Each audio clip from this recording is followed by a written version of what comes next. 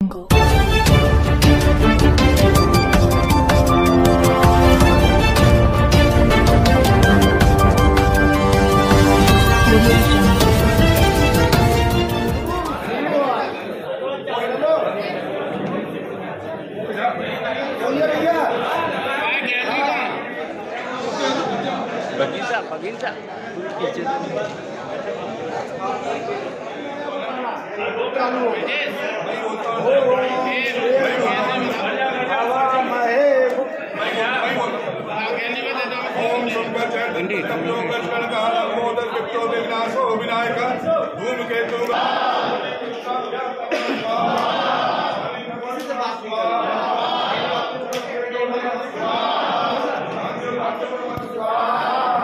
न्यायालय में जहां पर जो अधिवक्ता है जिलावार अधिवक्ता संघ द्वारा ये प्रतिबद्ध 3 दिन से प्रतिवाद दिवस मनाया जा रहा है और यहाँ पर जो हड़ताल चल रही है, आज सामूहिक जो सद्बुद्धि यज्ञ का आयोजन भी किया गया था।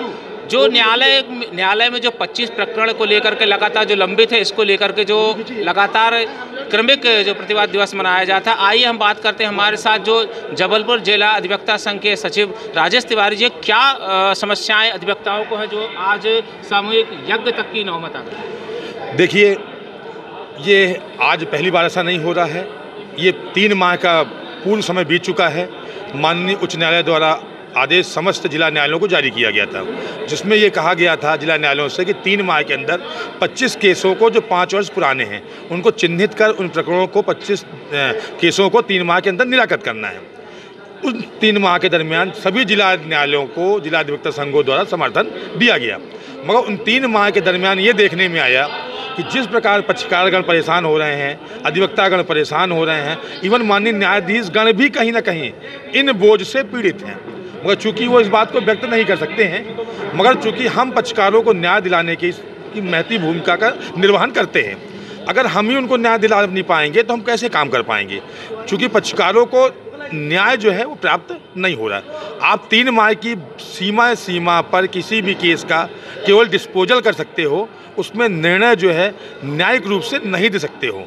चूँकि आप न्याय नहीं दे रहे हो, ये हमारी महती भूमिका है। इसके लिए हमने माननीय उच्च न्यायालय को एक पत्र प्रेषित किया था कि जो 3 माह की समय सीमा है उसकी बाध्यता को समाप्त किया जाए, ताकि आने वाले समय में जज निर्भय होकर माननीय न्यायाधीशगण समय पर अपने जो जजमेंट है उसको कर सके। आपने लगातार ये जो देखा जा रहा है कि इसमें जो न्यायालय है लगातार कई उसमें है अधिवक्ता भी जाते हैं और जो प्रकरण है लंबित पड़े रहते हैं। कई बार पेशी पे पेशी भी बढ़ती है। आप लोगों के द्वारा लगातार अधिवक्ताओं के द्वारा भी कहा जाता है कि इसको जल्द से जल्द निराकरण करने के लिए जजमेंट दिया जाए, फिर भी जजमेंट आने में काफ़ी समय बीत जाता है और जो आपका फरियादी परेशान होता है। इसकी मुख्य वजह क्या लगती है जो आपको अब लगातार यहाँ पर हड़ताल ये करना पड़ रहा है? देखिए, इसकी मुख्य वजह मात्र इतनी है कि जब मुकदमों को समय सीमा में पेश किया जाता है तो उसका निराकरण प्रॉपर तरीके से होना चाहिए। इसके लिए माननीय न्यायाधीशगण भी जागरूक हैं और अधिवक्ता समाज भी जागरूक है। मगर कहीं ना कहीं बीच में 2 वर्षों का जो कोरोना काल हुआ, उस कोरोना काल में मुकदमे लंबित हो गए और बहुत ज़्यादा पेंडेंसी बढ़ गई। मगर माननीय उच्च न्यायालय ने इस दिशा पर ध्यान नहीं दिया कि 2 साल में जो कोर्टें न्यायालय बंद रही हैं उसके कारण केसों की पेंडेंसी बढ़ी है, ना कि अधिवक्ताओं के कारण या माननीय न्यायाधीशगणों की उपलब्धता के कारण। तो ऐसी स्थिति में लगातार 5 वर्ष के प्रकरणों को छांटना, मतलब तो केवल 3 वर्ष की बात करेंगे, 2 वर्ष तो कोरोना काल में बीत गए थे, 3 वर्ष में एक साथ इतने केसों का बढ़ जाना और उनको बढ़ने के बाद 25 केसों का निराकरण 3 माह के अंदर करना। आप कल्पना करें कि एक कोर्ट को 25 केस को बात की गई है। हमारी जबलपुर में 80 कोर्टें हैं, 80 कोर्टें मतलब 2000 केस पर डे लगेंगे, पर डे, और एक अधिवक्ताओं के 20-20, 25-25 केस लग रहे हैं। तो ऐसी स्थिति में वो कैसे अपने पक्षकार के साथ में न्याय कर पाएगा? माननीय न्यायाधीशगण कैसे इतनी जल्दी केसों का निर्णय दे पाएंगे, कैसे न्याय कर पाएंगे? डिस्पोजल अलग मतलब होता है और न्याय अलग मतलब होता है। केवल इस समय वर्तमान में डिस्पोजल की स्थिति पैदा हो जाएगी। इसलिए हम माननीय न्यायाधिपति महोदय लोगों से निवेदन करते हैं कि इस प्रकरण की जो समय सीमा की बाध्यता है उसको वापस ले लें। आज हमने ये सद्बुद्धि यज्ञ माननीय न्यायाधिपति के जो जिला राज्य अधिवक्ता परिषद के सदस्यों को सद्बुद्धि प्राप्त हो, इसको लेकर किया है। राज्य अधिवक्ता परिषद जो हमारी मातृ संस्था है, वह चाहे उसका काम है कि प्रदेश के समस्त अधिवक्ता अगर प्रताड़ित हैं किसी मामले को लेके तो उसका निराकरण करने की जिम्मेदारी राज्य अधिवक्ता परिषद की है। तो राज्य अधिवक्ता परिषद इस हमारी मांगों को गौर करे। हम भगवान गणेश से प्रार्थना करते हैं कि कल उनकी मीटिंग है, उस मीटिंग में हमारी जो मांगें हैं उसको वो स्वीकार करें और माननीय उच्च न्यायाधिपति महोदय से मिलकर, मुख्य न्यायाधिपति महोदय से मिलकर इस समस्या का निराकरण करने का प्रयास करें। आपके अधिवक्ता द्वारा लगातार जिला वार अधिवक्ता संघ द्वारा लगातार इस मामले को लेकर के कई बार जो मुख्य न्यायाधीश तक आपने शिकायत भी दी है, पत्र भी सौंपे, जो इस मामले पर नहीं ध्यान दे पाए, इसकी वजह क्या लगती है? क्या जो पेंडिंग मामले पड़ रहे हैं, क्या इसकी वजह कुछ जो माने जजेस की कमी भी लग रही है, जो अधिवक्ताओं के जो लंबित मामले हैं वो निराकरण नहीं हो पा रहे हैं? देखिए, ऐसा कह सकते हैं कहीं ना कहीं। मुझे याद है आज के 15 साल पहले जब फैमिली कोर्ट की स्थापना हुई थी तो मात्र एक जज यहाँ पर कार्य करते थे। आज 3 जजों की 3 खंडपीठ काम कर रही है। इसके बाद मुकदमों की संख्या का अंबार है। कहीं ना कहीं प्रदेश में मुकदमों की संख्या बढ़ी है, इस कारण भी ये स्थिति निर्मित हुई है। हम इस बात को स्वीकार करते हैं, मगर स्वीकार करने के साथ में हमारी समस्याओं का भी निराकरण होना अत्यंत आवश्यक है। आपने पूछा जजों की संख्या में कमी है, ये बात तो सत्य है, जजों की संख्या में कमी है, मगर चूँकि जबलपुर जैसी बड़ी अदालतों में जजों की संख्या लगभग मुझे लगता है जो पूरी ठीक है। ये ग्रामीण न्यायालय हैं, ग्रामीण अदालतें हैं, जहाँ जजों की संख्या कुछ कम है, मगर लगता है बड़े जिलों में जजों की संख्या स्थायी रूप से जो निश्चित है वो पूरी है।